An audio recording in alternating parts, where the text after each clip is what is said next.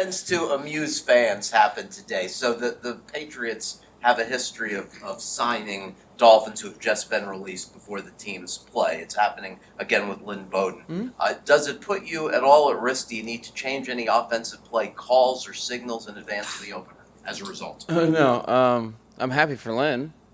Uh, you know, it was one of the things that I was hoping for. Um, uh, during camp is you invest in each and every player, and then you have to let guys go, and that their sacrifice and effort is not lost to me. So I'm happy they go to other teams. That I feel like that was a concern early in my career, considering that you can go online and buy almost every playbook that I've ever worked on. Yeah, I mean, unless he's it doesn't concern me at all. I would assume that they were doing that because they had exposure to him and not to get cryptic answers, because if he has those answers, then I'm not that cryptic. Mike, obviously the list of captains came out today, and one name that obviously is going to catch a lot of attention is Tua's. How important is it for your starting quarterback to be a captain, and does it sort of stamp that leadership role on a player when he is? Well, absolutely. When it's, I firmly believe that. So, captains represent the players, right? That's the whole position. So, the way we approach it here is that the players vote for who they want to represent them as captain, and seeing how it was a point system, and the resounding highest point winner was Tua. I think it says everything. I think that's incredibly important when it's done with the right reasons, with the right intent, and that was. The only thing that I gave the players was like, who do you want representing you each and every game? Who do you want to wear the C and understand what that C means on your jersey? That I think it speaks volumes on where he's at with the team and their belief in him. Like all the captains that were voted, it's a tremendous honor, especially in a situation where it's 100% player controlled. So all those captain award winners were bestowed that anointment by their peers, and I think that's the greatest honor you can have in a team sport, especially the biggest team sport, which is professional football. Noticed that there were 6 guys on that list who hadn't been captains previously here. Curious the importance of maybe resetting the leaders here, or resetting. Yeah, again, like that's news. There was 1 or 2 guys I knew that weren't, but again, it wasn't even. I very much value. I've talked about it at length. I very much value this whole, the dichotomy of how the organization works. And as a head coach, I'm here to serve the entire organization and to serve the players and coaches.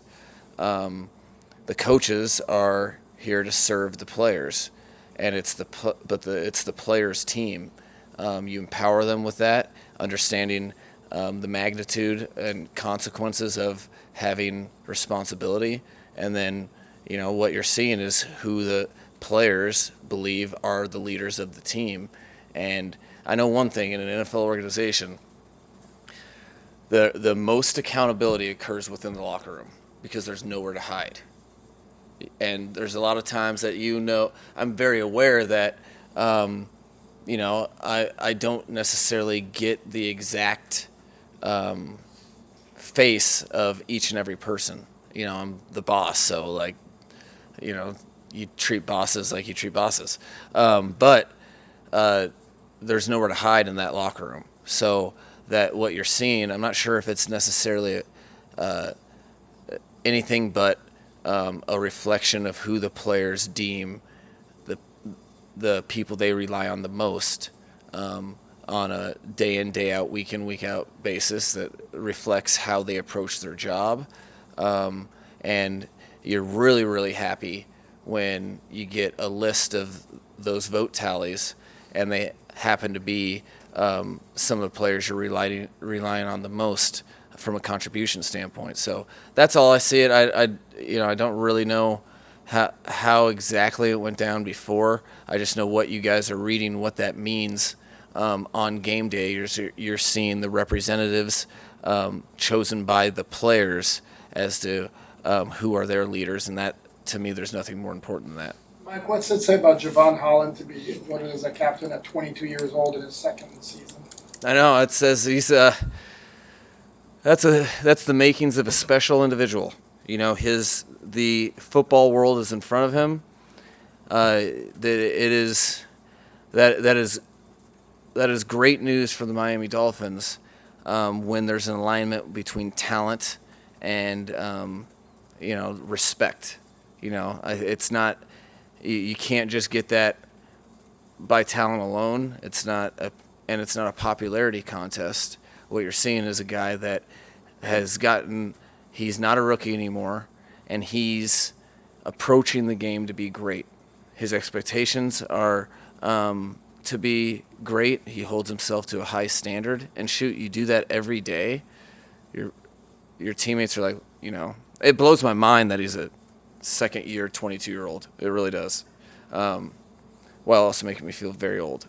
Because that would put his birth in that 2000. Like what? I was graduating high school around then. So, but I think that is it's really cool to see. It didn't surprise me at all, which is even something that is even better news because day in, day out, I told the whole team today, what's so cool about captains is they have to bring it every day. They don't have a choice because, if you choose to just go through the motions that day, you're saying, you know what, I want to be on an average to mediocre to non-winning football team.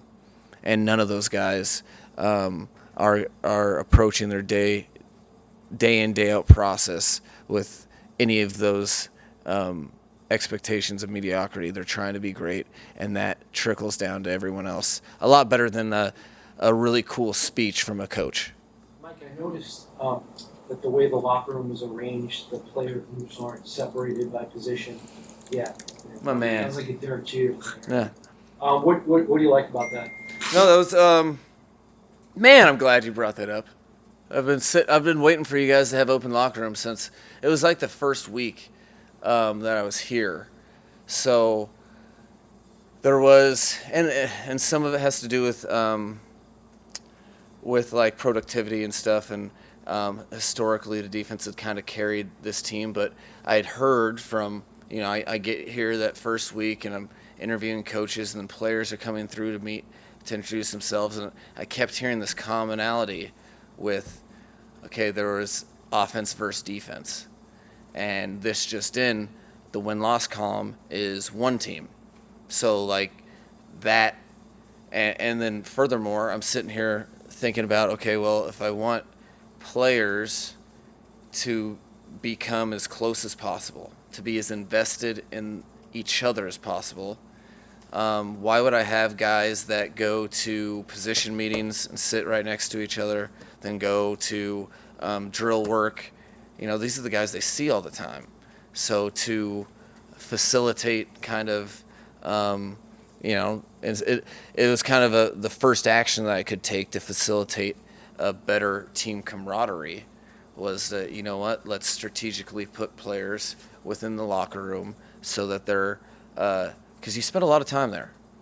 Like you accumulate those hours over the course of a season, and you should be sitting next to somebody that you're not spending time with all day, and who knows what relationship virtues that facilitates. So that was one of the first right when I got the tour, I made a note I didn't tell Chris because I hadn't got the job yet, so like I wanted to hold that gold nugget. But then the second I got the job, I was like, all right, talked to Joe, and we moved it around, and I think it's paid dividends. Mike, at this moment, what's your confidence level that Jalen will be available for week 1? Very, very, very confident. I'm not sure what my scale is, but he's taken, again, the whole time, been trying to be extremely proactive. If we would have had a game, what is today? Thursday? Right? If we would have had a game last Sunday, he would have played. If we would have had a game the Sunday before, he probably would have played. He's getting some reps in practice today. And again, that was a combination of just being proactive and cautious, as well as something that was an easy decision for me because, like I said before, he was one of the most impressive players on the entire team, regardless of position, from coming back from the break and from the beginning of training camp. So I felt very good about where his game was at, and that the best thing that could serve him was rest. Extremely proactive, getting reps today, and very confident for not this Sunday but the following. Like with Crossing, Koku, and Nathan Agnew, is that going to be like an open competition during practice next week, or can you share with us that one of those guys kind of gets first crack at that open position? No, I think it's important to when competition is so close and fierce, and you have quality young players. It's twofold. I don't think it benefits anybody to just bestow or crown, because you have to earn that, and that's through games. They haven't even been able to play a full game yet, as well as it gives us versatility for matchups to like talk to those guys, and this is the case for a lot of the team. When you have a good amount of quality players, and I think those guys are quality. I know that you got the names don't get you guys juiced up, but when you watch their play, they get quality play out on the field. That gives you a little versatility to adjust to an opponent, so that they, maybe you see something in particular that a player struggles with that this person excels at. So maybe this player plays a little bit more of this game, and then that rep count adjusts, not because of poor quality play, but because of that matchup. Much like basketball in playoffs, like certain people all of a sudden play more, and then there's certain games that they don't. That's a commonality, and I think that's what we're kind of afforded with having a nice little lump of quality young talent. Mike, I want to ask you about your depth defensively on the edge, especially when everyone's healthy, especially after adding Trey Flowers. Just how many things you can do with so many talented and veteran edge defenders. Yeah, the bottom line is, I don't know why this hasn't come up, but it's by far in football my favorite position is D-line and edge. Like I think they can be the most impactful